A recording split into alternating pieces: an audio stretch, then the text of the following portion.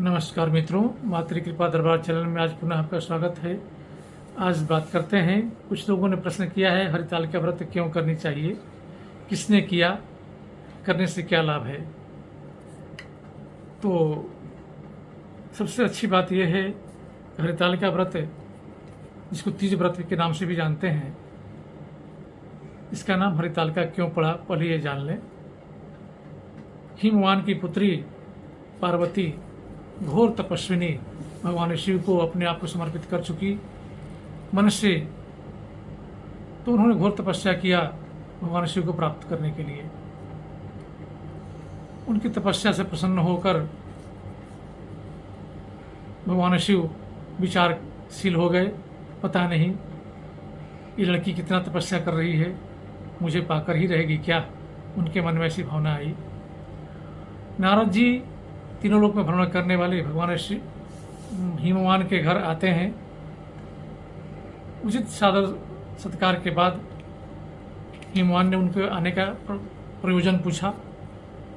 नारद जी कहते हैं, हे हिमवान, आपकी इतनी अच्छी सुयोग्य पुत्री है, इस पुत्री को किसी योग्य वर को क्यों नहीं सौंप देते। हिमवान कहते हैं, ऐसा कौन सा योग्य वर है जो हमारी पुत्री के लायक हो। नारद जी कहते हैं, हे हिमवान, तीनों लोक के पालनहार, तीनों लोक के पालन करने वाले नारायण से अच्छा वर और कौन हो सकता है। इसलिए इस पुत्री को नारायण को सौंप दीजिए। हिमवान अपने को बहुत सौभाग्यवान समझते हैं और नारद जी की बात को स्वीकार कर लेते हैं। तुरंत नारद जी वहाँ से निकलते हैं और विष्णु लोक में जाते हैं। और नारद जी जाकर के भगवान विष्णु से सादर नमस्कार करके कहते हैं, हे नारायण, मैंने आपका विवाह तय कर दिया है। नारायण सुनकर चुप रह जाते हैं, कुछ बोलते नहीं। इस बात की जानकारी जब पार्वती को लगती है तो बहुत दुखित होती हैं, क्योंकि मन ही मन वो अपने आप को शिव को सौंप चुकी हैं। और हिमवान अपने आप को बहुत प्रफुल्लित और सौभाग्यवान समझते हैं कि मेरी पुत्री नारायण के पास जाएगी। मैं बड़ा सौभाग्यशाली पिता हूँ जो इतने इस योग्यता को मेरी पुत्री ने प्राप्त किया है। पार्वती जी चूंकि स्वयं शिव को सौंप चुकी थी, मन ही मन शिव जी को अपनी पति के रूप में स्वीकार कर चुकी थी, बहुत दुखित होती हैं और वहाँ से भाग जाती हैं, अपनी सहेलियों के घर जाती हैं। बहुत रोती विलाप करती हैं, सहेलियों को बताती हैं। सहेलियाँ पूछती हैं, यहाँ रहना तो सुरक्षित नहीं है, तो क्यों ना हम किसी अज्ञात जगह चलें जहाँ आपके पिता हिमवान आपको पा न सकें, मिल न सकें, और आप अपने व्रत को शिव को प्राप्त करने के लिए शांतिपूर्वक कर सकें। तो सखियाँ जो हैं पार्वती जी को का हरण करके ले जाती हैं। तो चूंकि हरण करके ले गई हैं, इसीलिए इस व्रत का नाम हरितालिका व्रत कहलाता है। माता पार्वती इतनी घोर तपस्या करती हैं, भगवान शिव ने कहा है, शास्त्रों में वर्णित भी है कि भाद्र मासे शीते पक्षे तृतीया हस्त संयुक्ते तद अनुष्ठान मात्रेण सर्व पापात प्रमुच्यते। अर्थात जो स्त्री भाद्र मास की शुक्ल पक्ष की तृतीया तिथि और उसमें हस्त नक्षत्र हो, इस व्रत को करती है तो हर पापों से मुक्त हो जाती है, मोक्ष को प्राप्त करती है, सदा सौभाग्यशाली बनी रहती है। उसका सौभाग्य अखंड सौभाग्य होता है, वो कभी विधवा नहीं होती है। माता पार्वती इसी तिथि को, तृतीया तिथि को हस्त नक्षत्र में इस व्रत को करती हैं। भगवान शिव की बालू की प्रतिमा बना करके उस जंगल में नदी के किनारे व्रत को करती हैं। भगवान शिव प्रसन्न होते हैं और आकर के प्रकट होते हैं और माता पार्वती को आशीर्वाद देते हैं।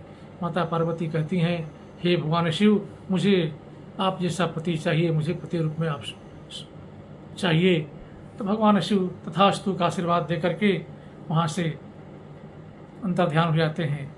यही वो कथा है जिसमें भगवान शिव और माँ पार्वती की पूजा होती है। जो स्त्री व्रत को करती है वो अखंड सौभाग्य को प्राप्त करती है, इसमें कोई संशय नहीं है। इस बार 2024 में यह व्रत शुक्रवार को 6 तारीख को पड़ रहा है। कुछ लोगों को संशय है कि बृहस्पतिवार 6 तारीख को भी तृतीया तिथि है, तो क्यों नहीं 6 तारीख को ही किया जाए। लेकिन मैं यहाँ बताना चाहूँगा आपको, जो शास्त्र सम्मत बातें हैं, हमारे वेदों ने कहा है, हमारे शास्त्रों ने कहा है कि हस्तयुक्त तृतीया तिथि होनी चाहिए और तृतीया तिथि भी उदयकालीन होनी चाहिए।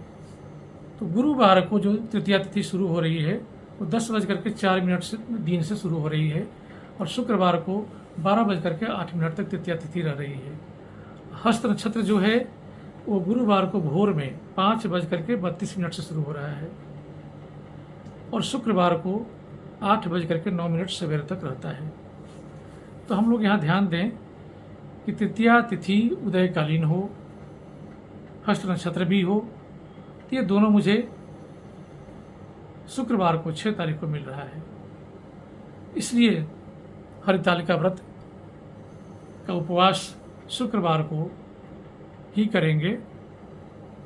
उदयकालीन तृतीया तिथि है, हस्त नक्षत्र भी है और तृतीया चतुर्थी युक्त होनी चाहिए। गुरुवार को जो तृतीया है वो चतुर्थी युक्त नहीं, द्वितीया युक्त तृतीया है, क्योंकि 10:04 के पहले द्वितीया तिथि है सुबह में, उसके बाद तृतीया तिथि शुरू हो रही है। तो द्वितीया युक्त तृतीया है, तो इसमें तीज व्रत का करना उचित नहीं है, शास्त्र मना करता है, वर्जित है ये। इसलिए शुक्रवार को तृतीया तिथि युक्त चतुर्थी है, 12:08 तक तृतीया है, उसके बाद चतुर्थी तिथि शुरू हो जाती है। तो तृतीया तिथि, हस्त नक्षत्र, उदयकालीन की तृतीया तिथि, ये सब कुछ हमें शुक्रवार को ही मिल रहा है। तो शुक्रवार को ही तृतीया अर्थात तीज व्रत का पालन कर, तीज व्रत का उपवास करेंगे। और संक्षिप्त में मैं बता दूं आपको